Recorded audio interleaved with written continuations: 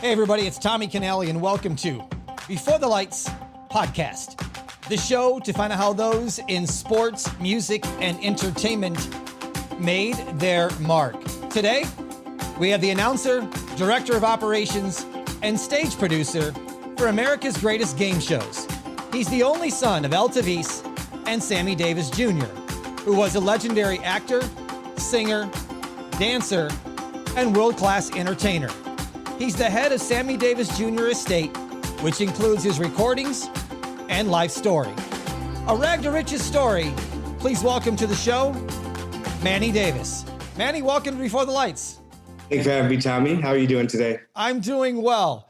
Hey, everybody, join the all-new members area on my Before the Lights podcast website. The Salute Chin Chin package includes access to the Extra 5, shout out on a future show, some bonus content, the Zoom calls. Also, we're going to have some rewards for you. Get the brand new limited edition poker chip. It looks absolutely fantastic. You're going to get 10% off all merch as well. Your name added to the show notes. To join for only $7.99 a month, go to beforethelightspod.com/support. That's beforethelightspod.com/support. You were born in Brooklyn, adopted twice. I know when Sammy Davis Jr. and Altovise came into your life, I think you were around the age of 5, but do you have any childhood memories prior to them coming into your life? Yes, I do. They weren't the greatest of memories.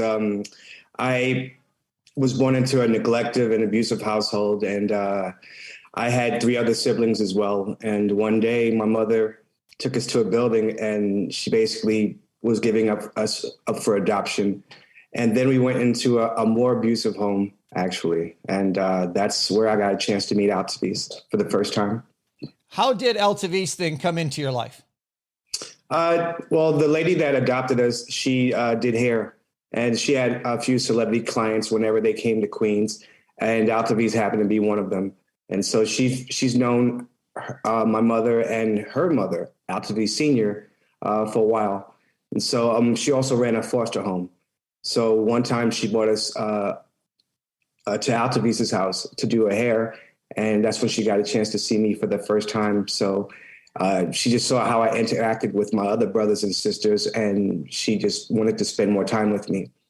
And so the lady that adopted us, her name was Ruth, she gave me an opportunity to hang out with Altovise, and soon we just started hanging out all the time.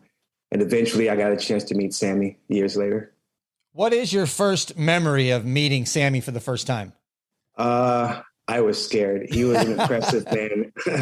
He had all these people around him, and he was just a leader, telling this person to do that, this person to do that, but not in a bad way, because he needed a lot of things because he was, doing a show. So they always called him Mr. D and always, waited for further instruction. But just to see a man like that, and you're just a little kid, you're like, wow. And, you see him on TV all the time, and there he is.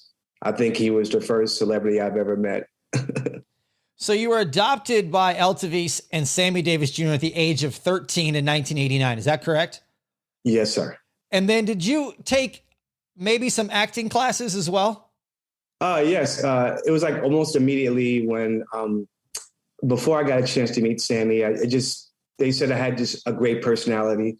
And so they wanted to further, my education. And so I started going to school 6 days a week, starting from, I believe, the 2nd grade. And yes, I used to go to Lee Strasberg in New York, School of Method Acting. And I got a chance to do a few plays, but it developed me as far as in my personality and bringing it out. I had a lot of this talent. And so, yeah, like I used to go to acting school. And when I got adopted by Sammy, he also put me into piano classes. Also took tap dancing classes. And so it was just like a lot of schooling that I had to do. Wait a minute. So what? Sammy didn't teach you tap dance? He put you in tap dance class? No. It was my mother. Okay. I never got a chance to get taught by Sammy ever, but I got a chance to watch him on stage for years before he passed away. So that within itself is an education, I felt. I'll bet. So acting, did you feel like it was for you or maybe not for you? I always wanted it. See, I always ask myself that question. I went on a few auditions, but no, I never really made it. I had life experience, but at the same time, I didn't like really feel, the heart enough to express it. You're still kind of scared. You know how you hear our actors all the time. They're like, I don't know if I can do this role. Right. Take too much out of me, things like that. And so I really wish I had more coaching, if I can say that. But nowadays, yes, I can act pretty good.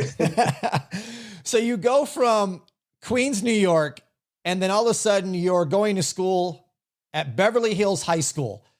How was that transition for you going from one side and all of a sudden now here you are in Beverly Hills in high school? Yeah, well, when I first came to California, I went to El Rodeo first for my 8th grade year. Then we all went to Beverly Hills High, with all 4 of the schools in that area in Beverly Hills. We all converged into Beverly Hills High. But the experience itself, it was like, wow, just knowing, you came from one side of the place and now you go to a school where 14-year-olds have BMWs. It's like, okay. And I'm sitting there, Sammy has like 10 cars. I'm like, can I drive one to school? Because everybody else has a cool, car. But, just didn't know what was going on at the time. But he passed away before I graduated 8th grade. So I didn't really get a chance to, be a little brat. Did you get to take one of those cars to school? No, but this one time when I was in the 8th grade, and Sammy, he had a lot of cars, and it was kind of hard for him to drive, with one eye. But there was this one time I was waiting for somebody to pick me up from the 8th grade, and I'm at the stop sign waiting, and there's this car that came in front of me. It was so low I couldn't see it, and all of a sudden, one of these people, one of the kids at school, they were like, oh, "Is that Sammy Davis Jr.?" I looked back at her, and then I looked down. And he's in a car going. So he picked me up from school one time, and it was just amazing. And he just drove me around LA, and it was pretty fun. That's cool. You also served in the U.S. Army, so thank you for your service. Thank you. And Sammy served in World War II. So was there did you have any discussions with him about that, or did you get a chance to? No, I never got a chance to talk with him about any of that. But what I did was read his book. And he was in the first integrated unit. And what I read about what happened to him, it was just crazy. And the fact that things during that time went on and nobody really did anything about it until they actually did something about it. Mm-hmm. So he had a storied career. He mostly did it in an entertainment unit, but he faced a lot of racism. It was the 50s. Yeah.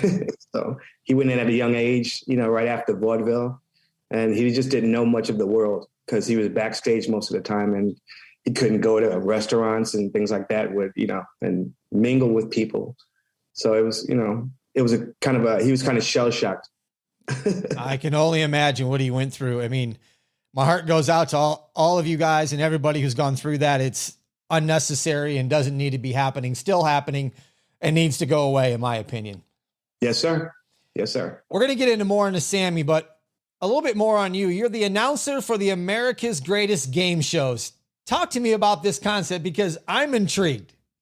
Okay, well, we haven't had a live show for about, during the pandemic at all. But basically, it was the concept was everyone in the audience gets a chance to play. Like a lot of times you go to a game show and they have 5 prizes. Well, we have like more than that. We have so many different games, kind of like what you used to watch on TV, like Name That Tune or, like Dance with the Stars. We have like our own version of those games. But at the end, everyone in the audience gets a chance just because you showed up to the show to get a chance to play for $100,000. Wow.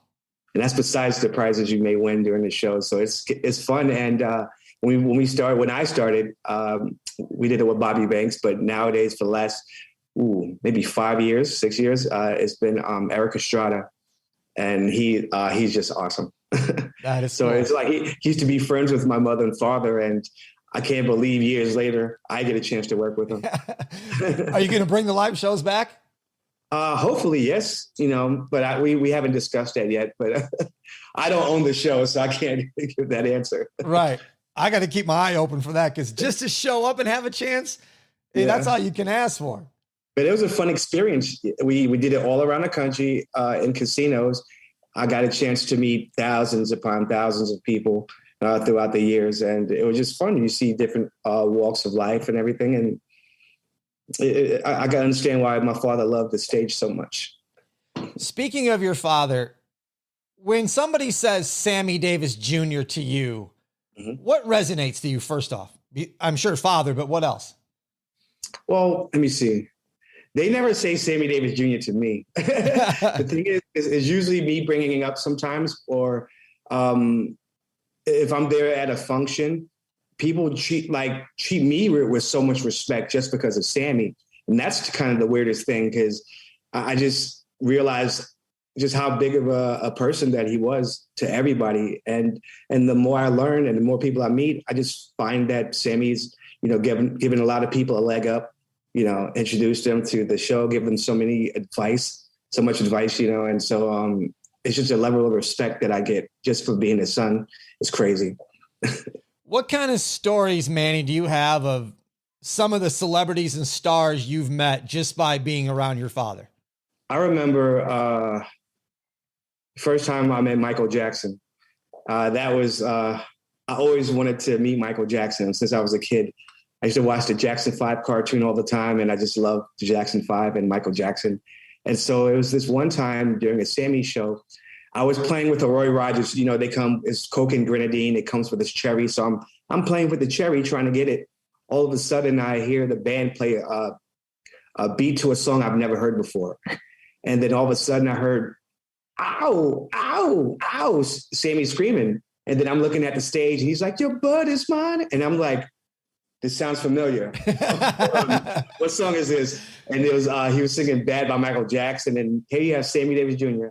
Grabbing his crotch and bad, ow, and just making fun of Michael Jackson. And I never took my eye off the stage ever since. But after the show, I was just still laughing. Go to the green room, and bam, Michael Jackson's in the green room. And I'm like, ah. And so my mother introduced us, and he did this with a white glove. And I did it the same way. I'm like, because I was nervous, I was like, and the first time I met Frank Sinatra, that was pretty cool. Because my mother, she was teaching me etiquette, don't eat with your fingers, stuff food in your mouth all the time. And right. We actually met at the Waldorf Astoria. I think Sammy and Frank were going to go do a show, but I got a chance to meet him and Barbara for the first time. And I was like eating a chicken drumstick, but I'm trying to cut it with a knife and fork. And Frank was like, Jesus, Altovise, what are you doing to this guy?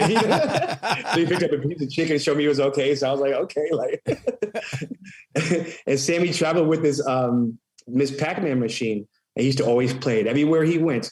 Every show he did, he always made sure that was in the case. And so when they went to go do the show, I'm up all night playing Miss Pac-Man.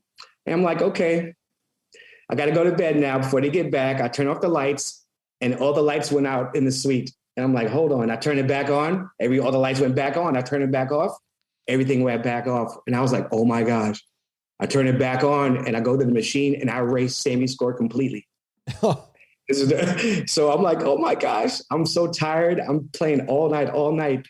And then Frank and Sammy come back.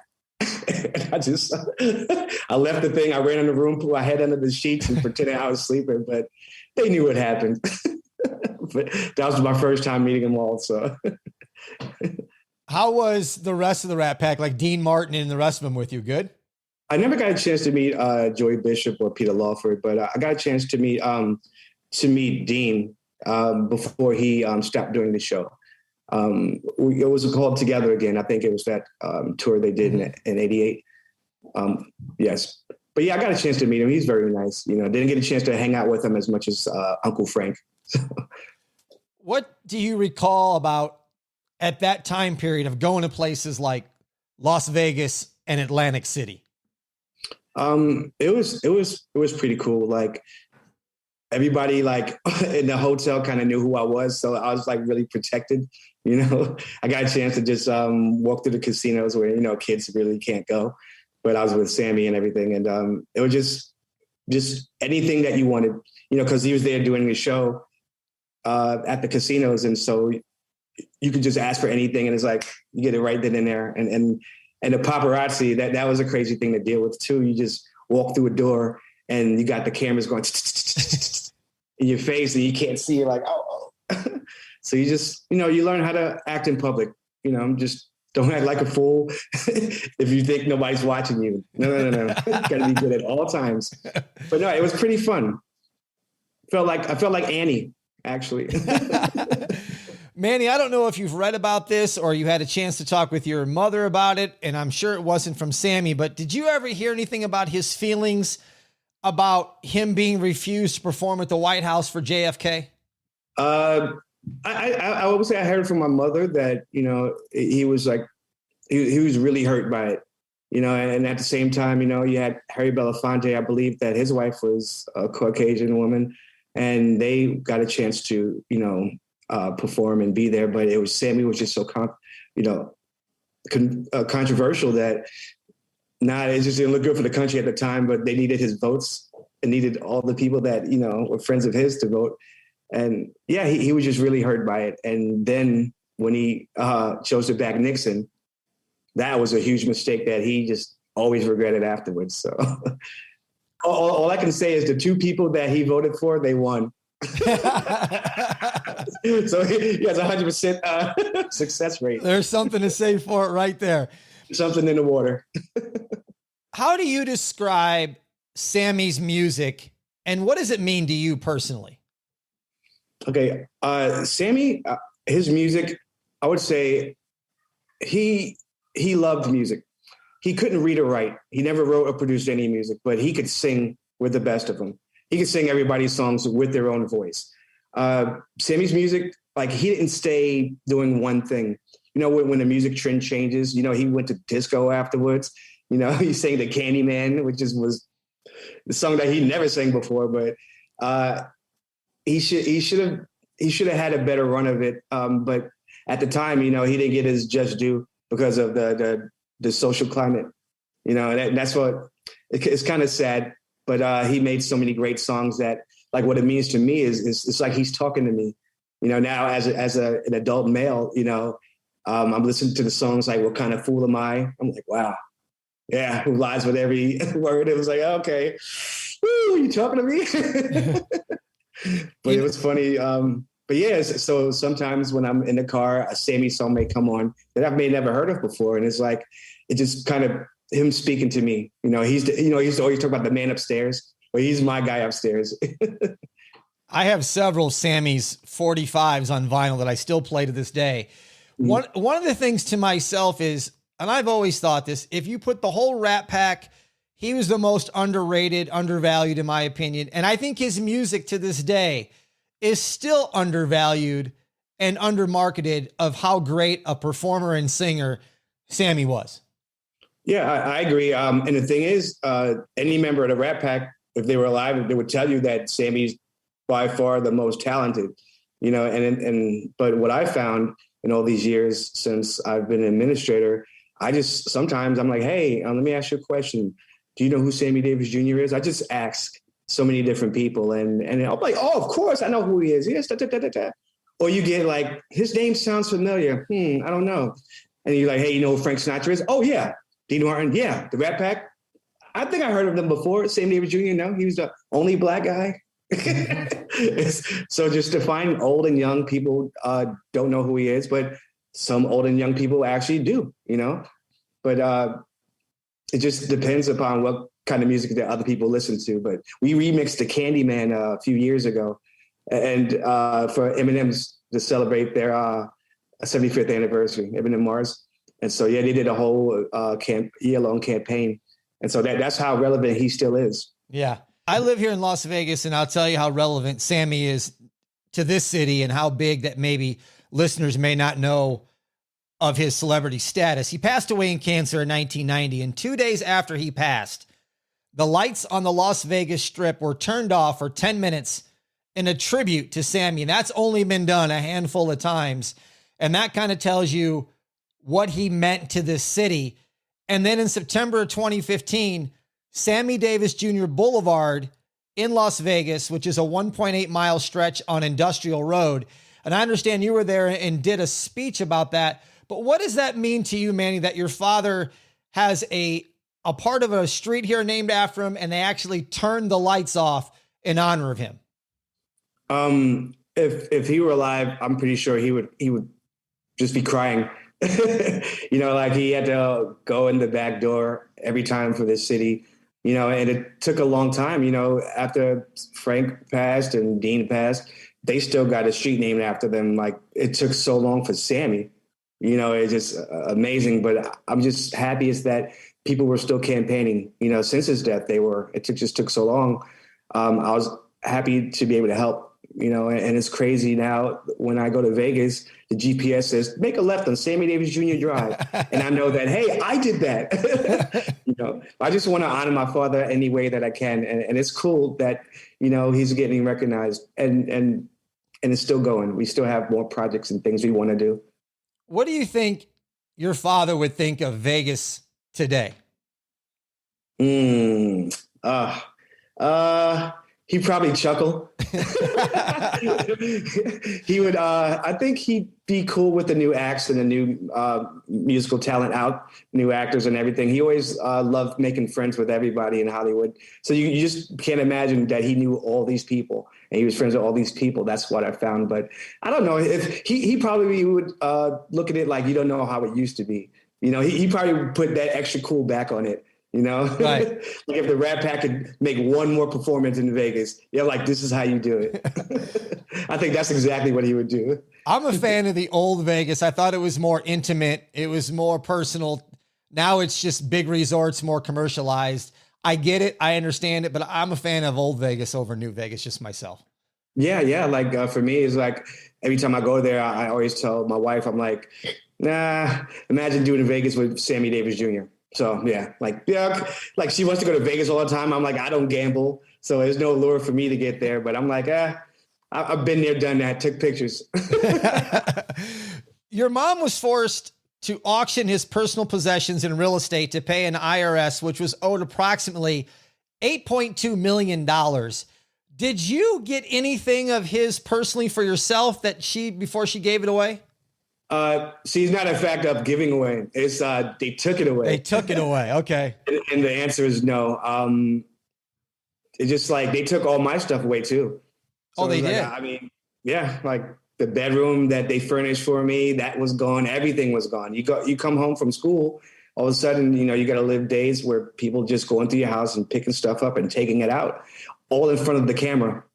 So it was hard for my mother to have to go through that, and well, my father was dying, and then eventually passed away, and still we had to go through it, So it was very hard on my mother. And at the time, I'm a kid, who watches the news when you're 13 years old and you're living it, So I used to have to go to school, and everybody's looking at me weird, and the tabloids started writing stories about me. These are things that I never thought would happen to me at all. I didn't do anything, so it was just the media is crazy sometimes, but it helps and it hinders at the same time sometimes.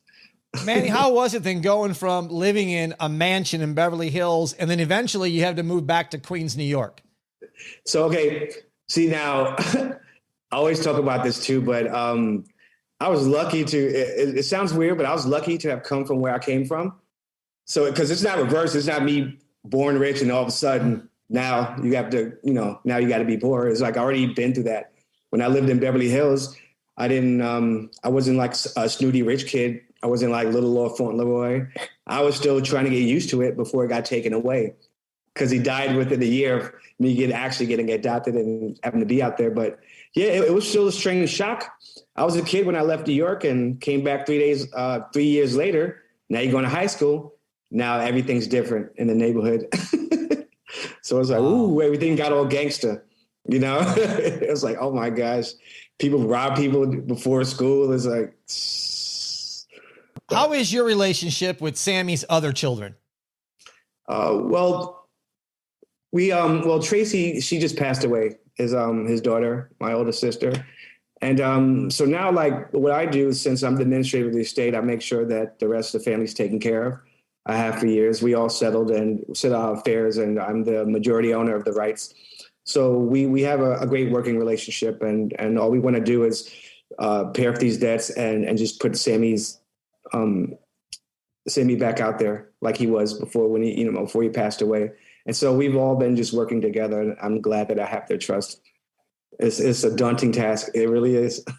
We've come together as a family. We're all Davises, and we just want to preserve his name.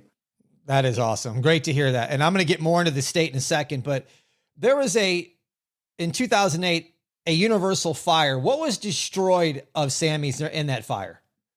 I'm not sure, but I know that we may have possibly had recordings, maybe photos. I have no idea, but I would say master recordings, and I heard it happen to a lot of other artists as well. But I really don't know because we don't have paperwork for that because it got destroyed in the fire. The estate was a battle. Your mother was deceived by two business partners who gained control of the estate. Can you explain first how she was deceived to turn control over to these two? Let me see. I would say bad business is if you have a 100% of something, I wouldn't give 66% to one factor and keep 33% to myself, because at any given time they trump you. Mm-hmm. And the thing is, imagine somebody telling you they can help you out and they'll manage it, and you need a lawyer. Oh, we'll get you the lawyer. It's like, you can't, you got to separate state from church, Mm-hmm. So the mistake she made was not having representation to represent her. Because anybody that was listening to what was going on is like, oh, that's not a good deal. But at the time, she didn't really have anybody to help her out. And, she was treated like a pariah, actually. Like when Sammy passed, the party was over. So yeah, she was beguiled, by these two men, and they were working together against her, and they took advantage of her fragile state, I would say. In 2008, your mother, Altovise, accused them of defrauding her, and she used LegalZoom.com to leave the will to you, which was upheld in court. Were there feelings that this website may not be legit enough to take this will into consideration? For me, I was scared at first. Okay. But with the help of my legal team, we quickly we saw cracks in the previous will. And the thing is, LegalZoom.com is a reputable, company, and actually my lawyer and myself also, we've made our wills because of what we did. We set a precedent. But yeah, I was scared. I was like, wow, they got their done by lawyers in New York and all these high-powered people, and we spent $100 on LegalZoom.com, and I'm like, oh man, just going out, just not knowing what's going to happen. So I was afraid, but my lawyer, Olu Orange, he told me, he said, this is made by Robert Shapiro, the guy that represented OJ? And I was like, okay, I'm good with that. So I was like, LegalZoom.com. And lo and behold, we won. We won all across the board. The judge didn't leave the podium. She just didn't go back to deliberate, didn't do anything. She just did it right then and there. And she just saw all the buffoonery happening in court. And she just gave us her judgment right then and there. And it's what set me on this path right now. It's the reason why I'm able to talk to you, actually. Congrats. And for people out there, if you were a little bit hesitant, LegalZoom.com is legit. Go get your wills and your documents there. It is the real deal. The estate includes recordings, life story, his image, and likeness. When you got a hold of the estate and started going through everything, did you find out anything that you didn't previously know about? Well, yeah. It was kind of my discovery phase. When my mother passed and I found out that I was the sole beneficiary, I realized before, I got a lawyer that I should go through my stuff first. So I read all the depositions. I read all the paperwork because these are the questions that I had, what happened after my father passed? How come it was like this? I got a chance to read about all the people who managed him before, the money problems and the stuff Sammy tried to do. And I just read all the bad things that happened and led up to us owing $8 million, prior to his death.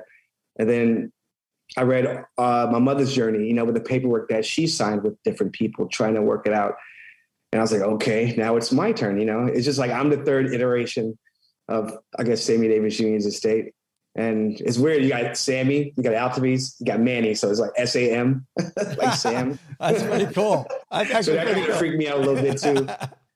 But yeah, I got a chance to, because without all the hard work that Sammy did and my mother did, I wouldn't be here to, kind of put that nail in the coffin. No pun intended, Right. But basically, it's just like I learned all the mistakes that they made. So before I got a lawyer, I just educated myself, and so I knew what I was talking about when I asked for like legal advice or help. And so with that knowledge, I didn't make the same mistakes, and that's why nobody's ever been able to do the things they did to him or my mother. So, and going 13 years now, I'm in my 13th year, going strong still. And the estate's open for business. Is the debt now been paid off? Let me see.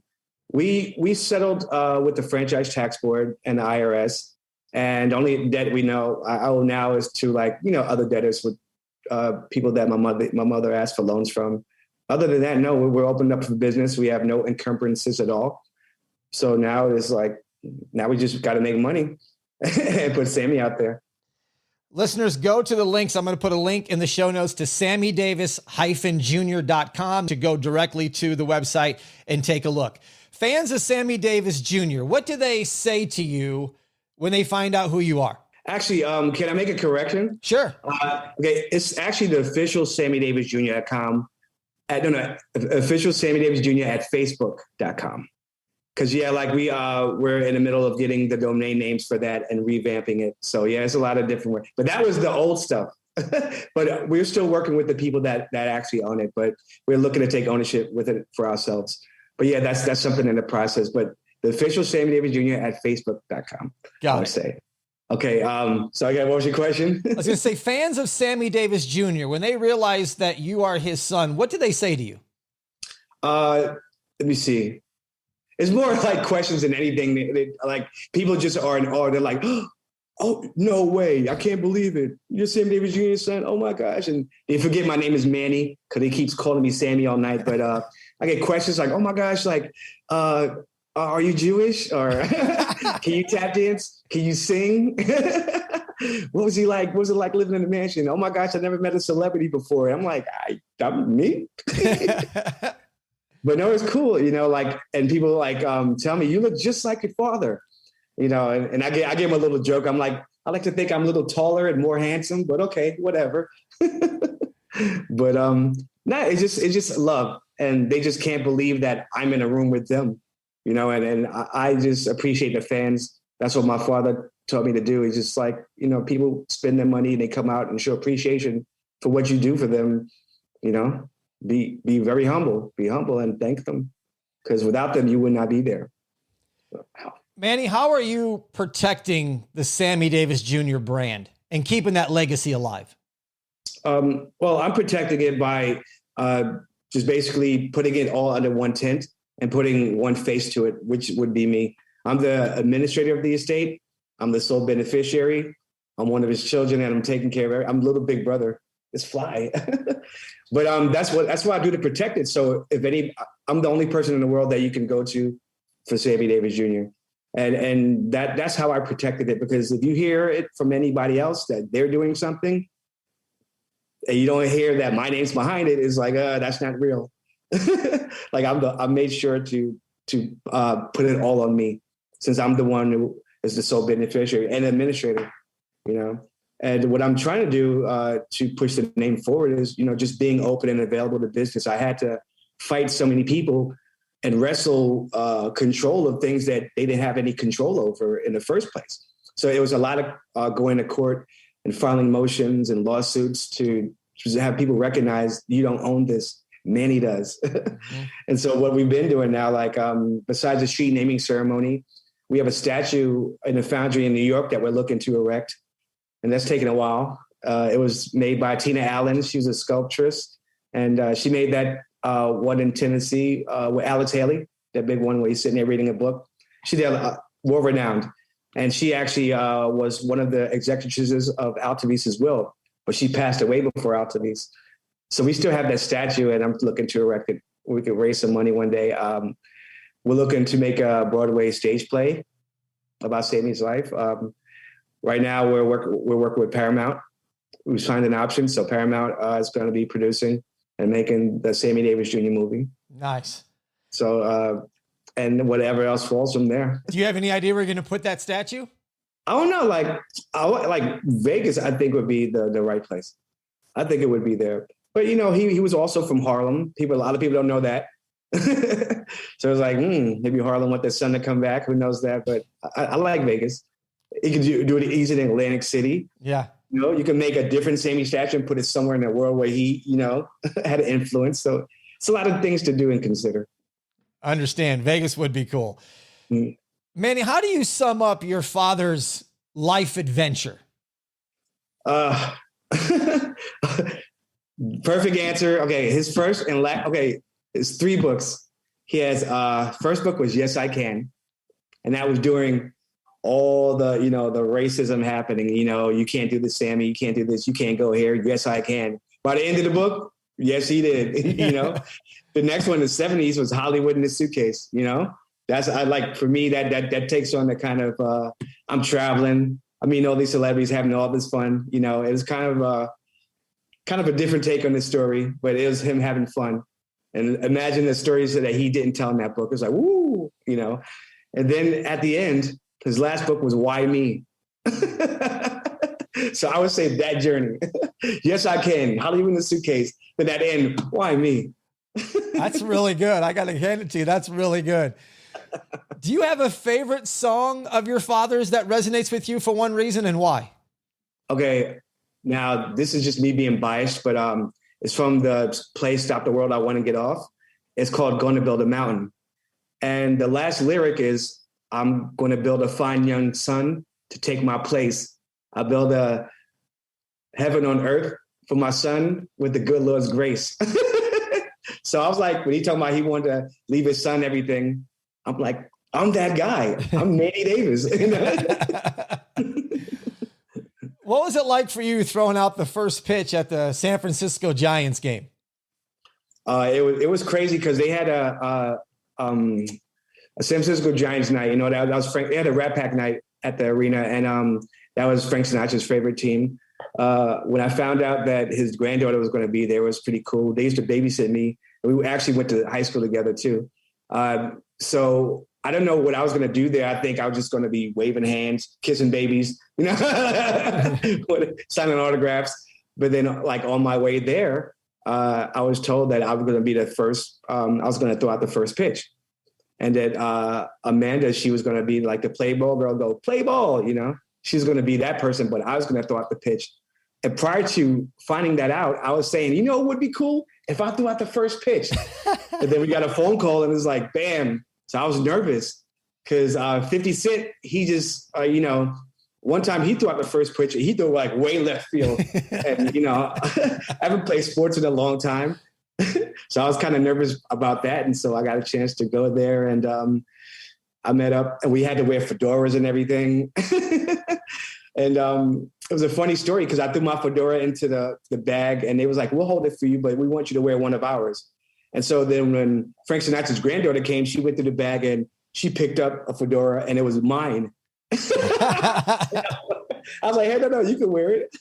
That was the best fedora in the bag because I just took it off my head, But yeah, I was nervous. I went out there, ran up to the mound, and I saw all these people. I just took a deep breath and turned around and just see a whole stadium full of people just fixated on you. I'm on the back screen. It's like a dream come true. And I'm like, okay. He's like, how do you do this? You got to do some baseball stuff. You got to spit on the mound. You got to put your leg up and do all that stuff. And so I took a few deep breaths. I put the ball behind my back and almost threw it. And I was like, oh my gosh, I'm facing the camera. So I had to turn left. I went through at the camera. People like, so I had to turn around and I turned towards the mound. I'm like, okay, just lob it over there. So I did. I got a ball, but it made it to the plate. And that was my experience with it. I signed a baseball afterwards. I'm like, what am I doing? I'm not Casey at the bat. You talked about what some of the future ideas were for the estate, but what are some of the future plans for you personally? Me, this is, to be honest with you, this interview is a huge step in my journey, because I would like to write a book. Actually, people, when they hear my story, they were like, you should write a book, or they should make a movie about you or something, or a documentary. But I want to call it Little Orphan Manny, from rags to riches and then some, because it's like when I was living in those abusive households, I got a chance to watch Oliver and Different Strokes and Webster. And I was like, they have good lives. How come my adopted life isn't like that? Then I watched Annie, and I was like, oh my gosh, that's the life I want. Yeah, I want a Daddy Warbucks. I want them to take me out this orphanage, screw Miss Hannigan, I want to get out of there. And I want to try to help get the other kids out of there, And so it's just like, and then it just happened. That's when I met Altovise. And yeah, she played to me, she's the lady that met Annie and took her out of the orphanage and then introduced her to Daddy Warbucks, and they fell in love. But it's kind of my version of it, That's all that matters. It's your version. Yeah. Imagine when Daddy Warbucks passes away. Oh, you got to go right back. It's like, But, I never thought that in life, because it was a dream come true. And when it got taken away, I didn't know what to do afterwards. I worked so hard to get there. And what do you do after your dream gets taken away? I didn't want to do anything else but that. So I was kind of steaming for 20 years. And my mother fell ill, and I came out here. First thing, I dropped my job, what place I was living. And I came out to California as soon as I could, and found out that I was left with the estate, in case my mother passed away. And it's like a dream came true again. Not for her to pass away, but to be a part of the Davis family, and to be able to put Sammy back there, and settle my mother's affairs so she didn't have anything to worry about. I don't want the last thing to be said about my mother and father that they didn't pay their bills. Because that's all they seem to talk about, the IRS problems. That was the end of his story, and the thing is, that wasn't the end of his story. Like, before he died, he adopted me. And imagine if he didn't do that, I wouldn't be able to tell you what happened afterwards. So I looked at this as this opportunity to sit there and tell the stories that he and my mother couldn't. Manny, I wish you nothing but success with yourself, your future plans, and the estate, and keeping Sammy's spirit and legacy alive. It's definitely something that needs to be done. And I hope one day I flip on the TV and hear something and I go, hey, Manny's got it going on in the right direction.